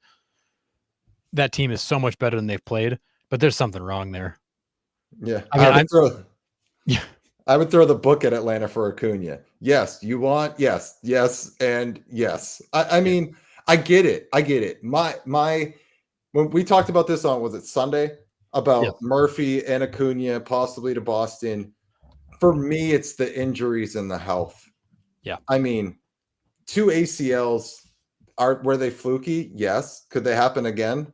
Also, yes. Like, it's proven that if you've torn your ACL, like, you can tear it pretty easily again. Like, and Murphy can't stay on the field that well either. So, like, I just don't know if I want to give up youth for 2 guys that could come and have huge potential upside. Or we could be sitting here like Bregman on the 10-day IL for 2 months. Yeah, and I think the hard part for the Braves is that really, if you're going to move a guy like Acuna, you want to dump Murphy's contract. You almost have. It's like when the Red Sox traded Mookie. It was like you have to take David Price too. Yeah, 1,000%. And because of that, you get less back. Like, if you're going to ask a team to take 4 more years of Sean Murphy's contract for a guy who's underperformed and not been healthy, as good as Sean Murphy is when he's healthy, you don't know what you're going to get out of him. So if you're expecting a team to choke down that contract, you're not going to get as much back. Now, and that's the trade-off. Hear me out. Could Acuna be in a 3-way deal with KC and Boston? You said KC has pitching depth, right? Sure. So Acuna goes to the Royals. We get Bubic, and then one of our outfielders goes to Atlanta. Well, I mean, I think the reality of it is for Acuna, you're sending an outfielder and then a bunch of other stuff. Well, right. But I'm just saying, essentially, those would be the main pieces of the trade. Yeah, I mean, the Royals have to give up a lot more than Bubic to make that work. But yeah, in theory, could you? I mean, because Acuna is an incredibly affordable. He's what, $18 million a season, and you've got him for another like 4 or 5 years, and he's got an incredibly affordable contract. I want to say he's under contract till he's like 30. So an insanely affordable contract for a guy who, when he's healthy, is one of the best in the game. Yeah, I think there's a huge market for him. I just don't. There's going to be a lot of pieces moving because you're getting a guy like that under control at an affordable price. Now, if you tack Murphy on, obviously the asking price goes down because you're basically saying, I'm going to give you Acuna and a bag of trash, and I need you to make that work. Yeah. And like, the Royals could not choke that contract down, and they don't need a catcher. That's not something they could take. So I think moving Acuna is complicated. Okay, yeah, that's fair. But if there's a GM that can figure out, it's Alex Anthopoulos. I consider Anthopoulos probably, and I don't even give Andrew Friedman I don't give him that much credit anymore because he's working with an unlimited checkbook. But Alex Anthopoulos to me is the best GM in baseball, and he's one of the guys that can figure it out. Yeah, it's fair. If he wants to. Yeah. He may also just say, screw it. We'll just ride with the screw to the end of the year, see what happens, and then we'll address it in the offseason. I don't know. Yeah. All right, let's get to my Diamondbacks, who I think, unfortunately, are going to ultimately be sellers. You got some guys where their contracts are expiring. We're hovering around 500. The injury bug has bit them repeatedly this year. Zach Gallen. Where does Zach Gallen go? I have one place that makes a ton of sense. I think he's going to end up as a Yankee. If he gets moved, he's going to New York. I mean, right now, Gallen is rumored to both New York teams, I guess, are interested. Yeah. I mean, Mets make sense too. Yeah. And outside of that, I really haven't heard anything. The problem with Gallen is that you're selling at such a low point. He's been so bad. And with his fly ball rates and all that, like if I'm the Yankees, I'm scared to death to bring him to Yankee Stadium. Or the AL East in general. Yeah, the AL East in general. That's a fair point too. I think that he's going to be hard to trade because he's been so bad. But I think if a pitching coach sees something that they think they can work with, then I think you could see a team pull the trigger. I think the Yankees right now, their options are limited. They're looking at Alcantara, they're looking at Gallen, and that's about it for viable both over a 7 ERA right now. And they've both sucked. So they're not exactly looking at guys that are lighting the world on fire. I will say, since the Diamondbacks gave the guys an extra day off, they threw in like a minor leaguer there, and they gave Brandon Pfaadt an extra day. They gave Merrill Kelly an extra day. They gave Gallen an extra day. They pushed all those guys back a day. Their next starts, it looked like it reset them. They had much better starts. They looked much better. Gallen has it. Yep. For whatever reason, he's just been a tick off. But if you, like you said, if you find that tick on Gallen, you are getting a guy that will go 7+ innings every outing and just get guys that just pound the ball into the ground. I don't think the Yankees have anything to lose with Zach Gallen, to be completely honest. They don't, and he's a rental because he's a free agent at the end of the season. He's only got a 1-year deal. So I think if the Diamondbacks are of the opinion that we don't have it this year, we don't think we're going to be able to re-sign this guy. This is like the Xander Bogaerts situation with the Red Sox. Then you're better off to trade him and get something. Yes. Or if you think you can re-sign him, then you just say, well, let's ride the year out and let's try to figure this out with him. But I mean, 7-9, 5.15 ERA. And sometimes just a break is all these guys need. That's why a lot of these 10-day IL stints with the pitchers are it's shoulder soreness. No, you're giving the guy a break. So he needs a breather, and you need to let him reset. Yeah. I think if I'm the Diamondbacks, I'm going into the All-Star break telling Zach Gallen, I want you to go to a beach somewhere and just sit and relax. I don't want you to touch a baseball. I don't want you to think about baseball. I want you to go relax, chill out, refresh your body, and come back ready to go. But I don't want you thinking about baseball. And I think you see what he brings you in the first start after the All-Star break, and figure out from there if you got anything. Whatever the Yankees do, I hope it doesn't work. I always feel that way. What do the Yankees have? I just don't know. Mets do have a couple pitching prospects that I know of, at least. Yeah. And I mean, I don't think the Diamondbacks need necessarily anything positionally, right? I mean, you go around the outfield, you have Gurriel Jr., who's having a ridiculous season. Yeah. You have Alek Thomas, you have Corbin Carroll. At first, you have Pavin Smith that can kind of fill in if you decide to move on from Naylor. Ketel's not going anywhere. Geraldo Perdomo's not going anywhere. Third base is interesting because if Suarez ends up leaving, now you have a hole at third. I don't know. Kind of question mark there. Catching's kind of an issue for them right now. Gabriel Moreno's been hurt almost the whole year. I mean, they just signed James McCann. That shows you like what kind of and they got Jose Herrera, who's not terrible, not great. He's, your typical backup catcher. But so I think catching could be, and we know the Yankees have tons of catching prospects as they're popping up all over the league with Carlos Narvaez and Agustin Ramirez. They just seem to be pumping out catchers left and right, and Austin Wells, obviously. I don't know if they have any more in that system, but yeah, I don't think positionally it would be starting help for the Diamondbacks with Burns being on the shelf. And obviously, if you get rid of Gallen, that's another hole. Yep. I was hoping Fott was going to take another step forward this year. We've had an up and down year with him. So it's just going to be interesting to see where the Diamondbacks go. If they go anywhere, like you said, they might stand pat and just run with what they got and hope that they get on a hot streak, because this is a team that can rattle off 100 runs in a 4-game series and just start train wrecking people. They do. And I think the Diamondbacks have to decide. You've got, Gino Suarez in the last year of his deal, Gallen's in the last year of his deal. You got some big decisions to make. Yeah. If you think that the window's still going to be open and you're going to make some moves to resign those guys, maybe you stand pat. Chalk this season up to being just a bad season in terms of injuries. Lock those guys up, go into the next year ready to start over.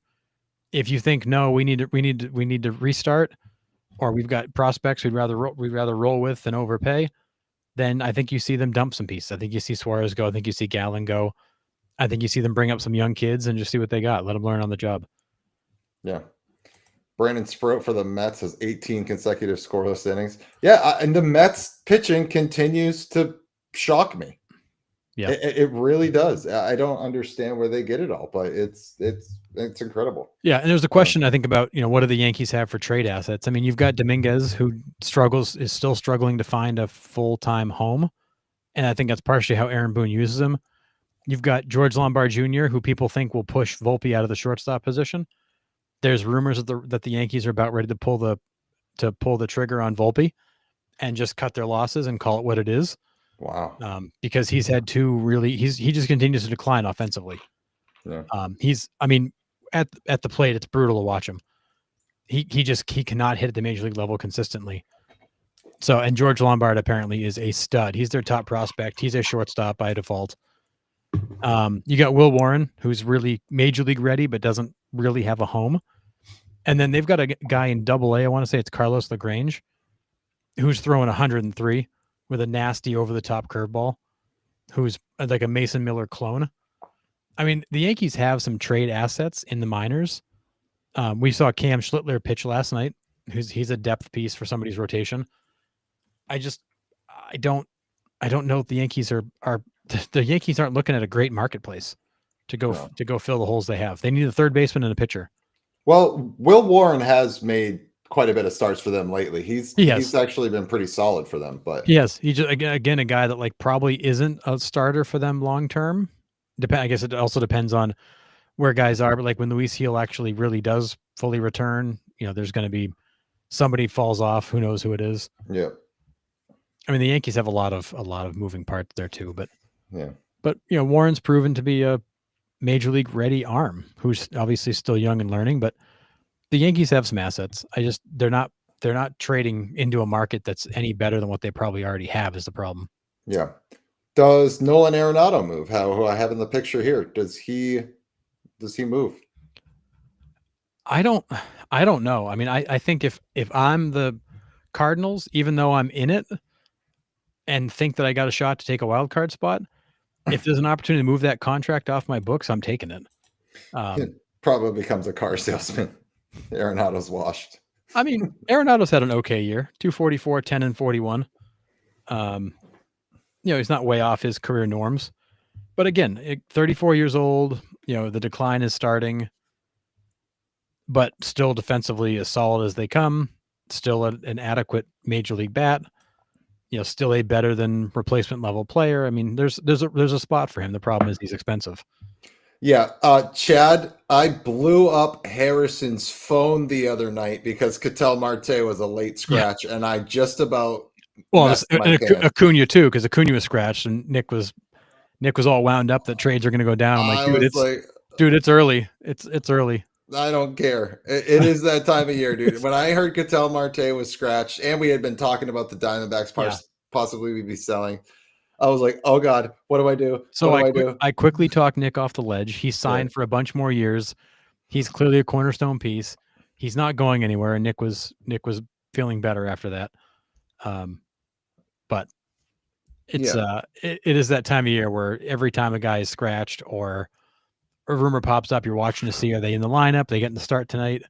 Listen, I have front row seats at PNC Park right next to the Diamondbacks dugout at the end of this month. If Ketel Marte's not there, I'm going to riot. I mean, it's fair. I'm doing whatever I can to try to get a picture with him.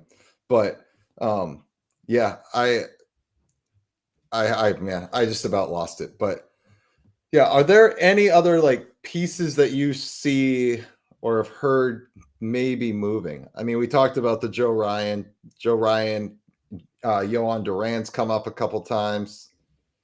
So Twins are in sell. Are there anybody else on the Twins that you could see teams checking in on? Not really. I mean, the Twins are in a weird spot too. The team is for sale. They've the TV stuff. Like the Twins are just kind of circling in the like, what the hell are we going to do phase? Yeah. I don't think the Twins. I mean, I think Ryan would be an interesting trade. I don't think they're going to listen to anything for Duran. I mean, nobody's going to trade for Buxton because of the injuries. Yeah. I don't know who else you have on that team that really get anybody's attention. Yeah. Do the Phillies explore the Luis Robert train again? I mean, maybe, but Luis Robert's a tough one too, because here's another guy that he's just so up and down, but he's still crazy young. He's only 27. He's been in the league 6 years. But he's having a terrible season. Yeah. And I do think that he's a guy where a change of scenery probably wouldn't be a bad idea to get the hell out of that place. But I don't know what you get from him. I mean, he's played 75 games, which for him is a lot because he's played 245 the last 2 years combined. I think that you're seeing a healthy guy who's underperforming on a team that's terrible. And I just don't know what of those things is true versus what of those things is just because of the situation. Yeah. I mean, Chad, I agree with this and kind of don't agree with it. The Pirates not even entertaining deals with Scanes is the dumbest thing ever, but that is why they're bad almost every year. However, Scanes is the only person that is putting butts in PNC Park's seats right now. So, like, I wouldn't trade him either. He's the only one making you money. He is the only way that PNC's putting butts in seats. Yeah. Scanes is the only guy bringing him to the ballpark. So, I mean, I get it. Like, if you're trying to make your team better for the future, you're going to, kidnap an entire team's farm system to give up Paul Scanes, right? I mean, that's what it's going to take. Yeah, and apparently there are teams that have called the Pirates that are just saying that exactly, which is there a price? Because we might pay it. Yeah. Don't be surprised. Yeah. And Music, I'm with you right now. I think trading him at this point is stupid. Like I said, he's the only one bringing people to the ballpark. After that, you have the Oakland A's situation with 2,000 fans coming to the game every night. I mean, Paul Skeens cost you nothing for 3 more years. And I mean, so trading him now is a mistake. You come back and trade him in 2027 with a year and a half left. Yeah. And it's a different story, but he's arbitration eligible in 2020. He's not a free agent until 2030. Yeah. You still got 5 more years. 1 year of service time for a guy who's one of the top few pitchers in all of baseball. It's crazy to trade a guy who costs you nothing. Yeah, you're not going to really start entertaining offers until what, 2028 probably? Yeah, I mean 2027 he becomes arbitration eligible, so that might be where he starts to get expensive. True. So I see them. I think it's probably 2 years, and then the Pirates start to say, okay, like maybe we'll move on from him because in arbitration he's gonna be awarded some money. Yeah, and that's when the Pirates might be like, well, that doesn't fit in our payroll. Yeah. Yeah, I mean, the owner is definitely, I'm with you, John. I think the owner is definitely like, relying on the Pirates fans' loyalty. Pirates fans are lifetime Pirates fans. They're going to keep showing up no matter how bad the team is. That's what you get with a historical franchise. You have a loyal fan base. That's a hardworking, blue-collar, loyal city. They just wish the team played that way as well. Then you got Brian Reynolds. His no trade list includes every playoff team. Basically, it's like, what the hell are you doing, man? Don't even get me started with that dude. I don't know. I read the list. I'm like, this dude doesn't want to win ever. Yeah. Like, is he just so used to losing that he doesn't even know what to do if he was able to win? Yeah. I mean, the Pirates, the Pirates have been a joke. But they've also just made some bad decisions. They signed Brian Reynolds to that big extension. It's not worked out. Ke'Bryan Hayes has disappeared. You were banking on guys who you thought were going to be key players who have not been. Yeah. Yeah. Agree. Yeah. I think the A's are in such a weird situation. I haven't even really brought them up. I think they're going to keep their young core together. They're not really going to start pushing to build that starting rotation until Vegas is closer. I see them really starting to push for starting pitching and selling the point like, hey, we're a year and a half away from Vegas. Like, come sign a 6-year deal with us. You'll be in a brand new park. That might be more attractive than, hey, come to Sacramento for 4 years and have an ERA of 8. You'll love it. Yeah, come play in a minor league ballpark. You'll love it. Our media tends to shed, and our clubhouse barely fits everybody. Yeah, we're with you here. Nutting is a huge issue in Pittsburgh. We've talked about him numerous times. Pirates are never going to win with him, at the helm. He's got no interest in winning. He just doesn't. He is very content to, make the team just good enough to maybe be relevant and then put some money in his pocket. Chad, Harrison and I were talking about this the other night too. If you aren't going to trade Skeens now, why not let him go in 7 or 8 every start? Like, just pitch him until his arm falls off. Because you can't trade him once he's broken. Well, I mean, I guess that's true. I mean, you don't, that's like, you buy a brand new tractor. You don't run it 24/7 because it's brand new. Like, you still take good care of it, hoping to get some longevity out of it. But with Skeens, if you know that in 2 or 3 years you're gonna have to trade him, you don't want teams looking at the innings he's pitched and being like, oh geez, like, what have you done to him? You want to keep him in decent enough shape. Plus, you want to make sure he gets through the time he's with you. Right, especially if he hasn't had an oil change by then. And by oil change, I mean Tommy John. Right. I mean, hurting him on your watch is not a path you want to head down. Dude, Gavin, oh my God, this is brutal. Since 1978, the Pirates have only been over 613 times. Yeah. Is that good? No. Oh. Yeah. No, but it's and I'm sure there are teams that would kill to get their hands on Skeens, but we know it's not happening yet, but it will happen eventually.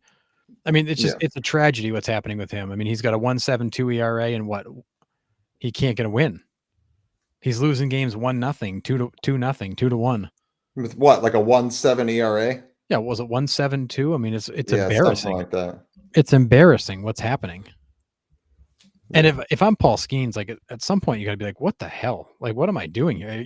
He's 4-7 with a 1.94. That's wild. He's gonna win the Cy Young with 2 wins. The dude's got a career ERA of 1.95, and he's 15-10. Wow. In 42 career starts. 42 career starts. 25 decisions and 15 wins. He's won a third of his career starts with a 1.95 ERA. Like it's mind. It makes your mind melt to look at those numbers. It's a tragedy. Yeah. Yeah, and I mean, we get this part too, music. Like, if that's the plan, next thing he blows out his arm and that's it, trade value out the window. Yeah, we're with you. But and DeGrom did it with the Mets. Yeah, that's a tough one. But kind of heading down the same path. Hopefully not with the injuries, because I want to see what Skeens can actually do in a full career. Yes. But man, I mean it's very similar. Careers are tracking in the same way. It's sad. It really is sad. Yeah. Crazy. Yeah, we actually had this trivia question thanks to Baseball History Dork. Yeah. A few months back. Mariners have more ruptured testicles than playoff appearances. It's pretty awesome. And this is actually a possibility. It's crazy. It's mind-numbing. This honestly could happen. And it's just outright wrong. I mean, you want to talk about a future, you want a guy that'll never win 300 games. He can't get any friggin' wins to the first 4 or 5 years of his career. He's not even going to hit 20 wins. It's going to take him 3 seasons to break 20 career wins. Yeah, absolutely wild. With an ERA under 2. Friggin' mind-numbing. It doesn't make sense. No. Yeah, Steve Carlton had a ridiculous year. He's like 27-4 on like a horrendous Phillies team. Yeah, that was like awful. 70. Was it 72 or 74? I think? Yeah, he had like half their wins, right? It was insane. Yeah. It was crazy. Yeah, I don't know. I know we love talking about the trade deadline and all of that stuff. We've talked about it. The last couple of years has been kind of a dud. There really hasn't been a lot of movement because there's so many teams in the playoff run. And the teams playoff hunt, I should say. And the teams that are out don't have a lot to give. Yeah, right. And that's why they're so far out. Well, that's why they're so far out. Yeah. So it's going to be interesting. I really hope my Diamondbacks aren't sellers, but I have a feeling that I feel like the Geno stove is just way too hot and he's hitting too many homers for teams not to figure out something to get him in their lineup. Well, and if I'm a team like the Yankees looking for a third baseman, I can have Geno, who's a rental, who I can trade for probably cheap, or I can go get Arenado, who's expensive, and I'm stuck with him for several years. I think if I'm the Cardinals, I would love to dump that contract, but who's going to take it? Thanks, music. Yeah, we're here every Sunday and Thursday. We talk baseball and let you guys be part of the show too. That's why we do it. We love it. So thank you. Yeah, and MLB trade deadline's normally a bit of a dud. Yeah, lately it really has been. When they expanded the playoffs, the trade deadline kind of died because too many teams are in it. Oh man, music! Wow. You just subscribed to. Yeah, might have to ban you here. Just kidding, I won't. But no, I will take it. I follow the Diamondbacks. They're like my second team. I love how they're constructed. I love how they play the game. From the back, I'm interested. Now we've gone right off the rails. Anyways, bringing it back. Yeah, moving right along. You guys are incredible. Yeah, I think he's going to be the biggest selling point, and I think that could be the biggest return the Diamondbacks could possibly get because he's going to be a wanted commodity. Yeah. I mean, possibly Gallen, but like you said, his year's been not great, so I don't know the return you could get for Gallen, especially being a rental. Yeah, and another we haven't even talked about the Guardians buyers or sellers, but there is a ton of activity around Class A. teams. Well, as there would be teams calling on Class A, and apparently the Guardians are listening, which I find a bit surprising. But at the same time, I don't know if they're convinced that they've got the juice to get back in this. And Class A hasn't been the same guy since his playoff collapse last year. He's not been great this year. He's been good, but he's not been his typical self. He's got his ERA's over 3.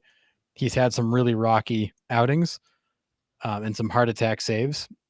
He may or may not be an option for teams. Yeah, I mean, I wouldn't say no if I could get Class A for fairly cheap, if I don't have to give up the farm for him. But I don't know. I don't know if the Guardians actually do that. It's an interesting one for me. I'm with you. I don't think the Guardians have the juice to get back in. Yeah, they did make it to a World Series, missed the playoffs by a tiebreaker. I mean, I don't know. Oh, did the Yankees just win that game? Yeah, they came back and won. Oh my God, really? They were down 5-0 in the 8th. Wu had the no hitter, and they came all the way back. What a kick in the nuts! Yeah, Red Sox came back to win too. Shocking. Again, another thing that has happened that we have not seen in MLB histories. Yankees first team to trail by 5+ runs while being no hit going into the 8th inning, and they come back to win in Major League history. Crazy. Wow. But yeah, I don't know. It's going to be interesting. Oh, I don't think we see him in. Brian Baker blew the save in his first appearance for the Rays. Oh, shucks. What a tough way to start.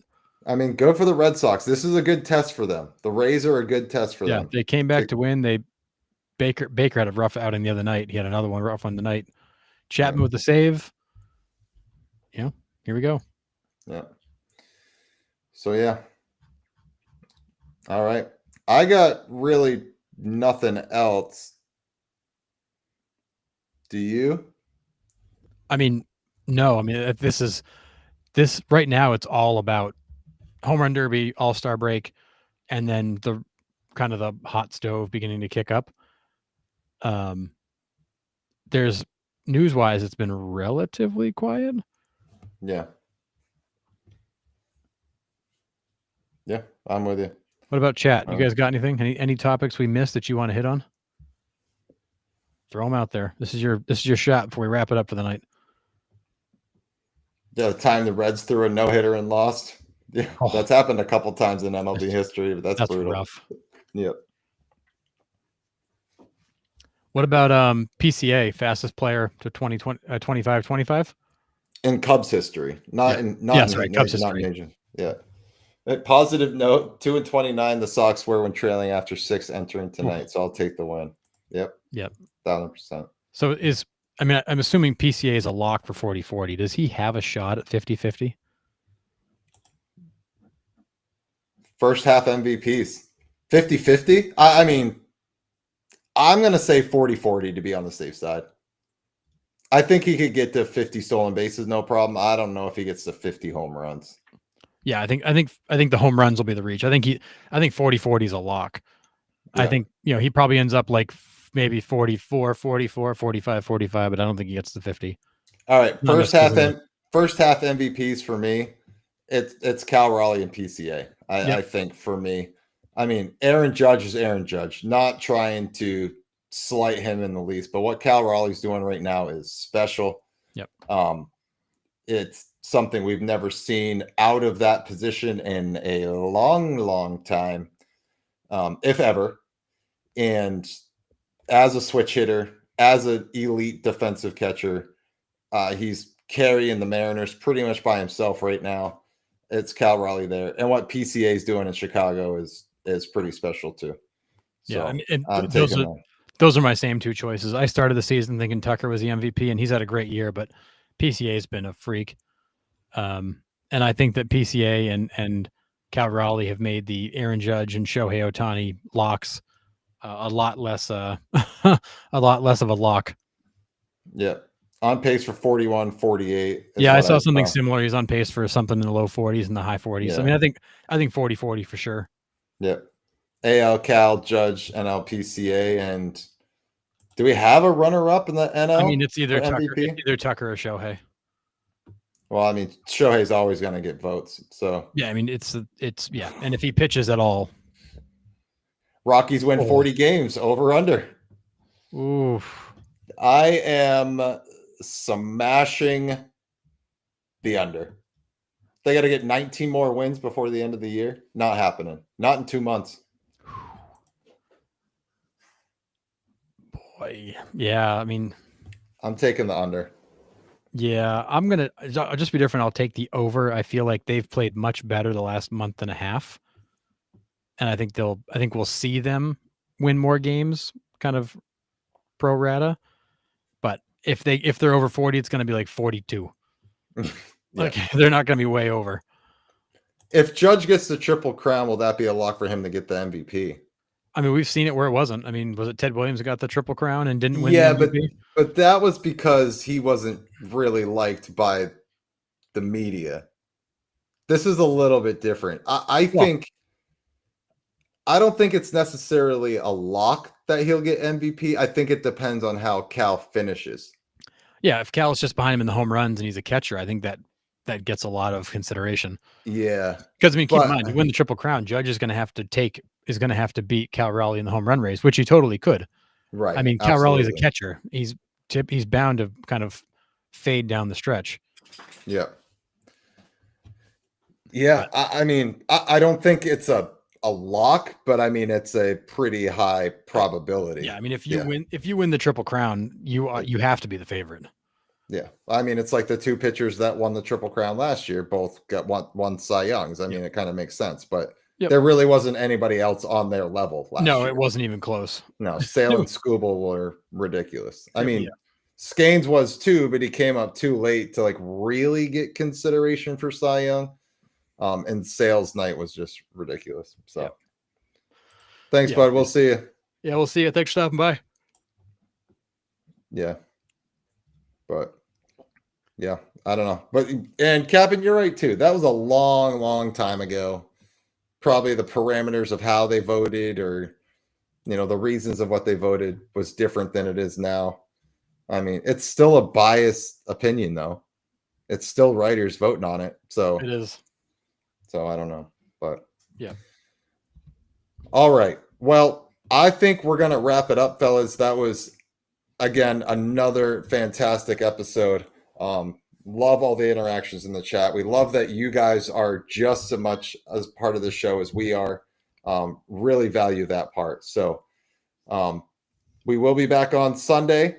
We'll be back on Monday live watching the Derby. So just to tell you, the Derby won't be playing on our podcast. We'll be watching it on the side because we don't want to get shut down. Yeah, unfortunately, if we try streaming the Derby, YouTube will be the first one to kick our stream offline. Yeah.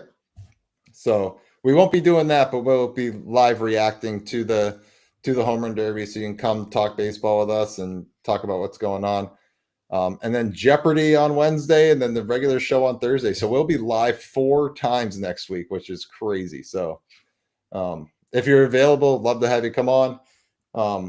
If not, even if you want to like come on the podcast Monday night, send us a message and let us know. And we can send you a link and maybe we can have you guys on. I think that'd be kind of cool. Have a little live drop-in chat. So if that interests you, let us know. Send us a message. We'll send you the link and you can come on and talk some baseball and some Derby with us. I think that'd be really cool to have like a round table up there. So yeah. So Flat Cheese, you can find our shows on Spotify. We load the audio up.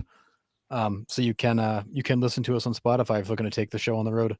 Yep, absolutely. So yeah, Montreal Expos hat tonight. I thought I'd bust it out. I love this thing. It's funny they've been gone for so long and yet it's still so iconic.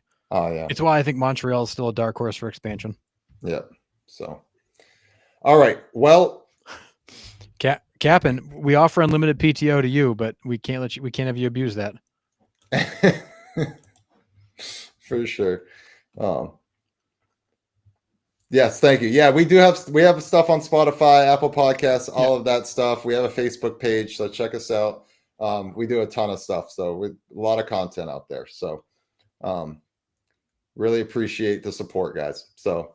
Until Sunday, we'll see you then.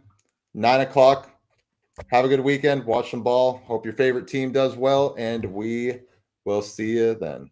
See ya.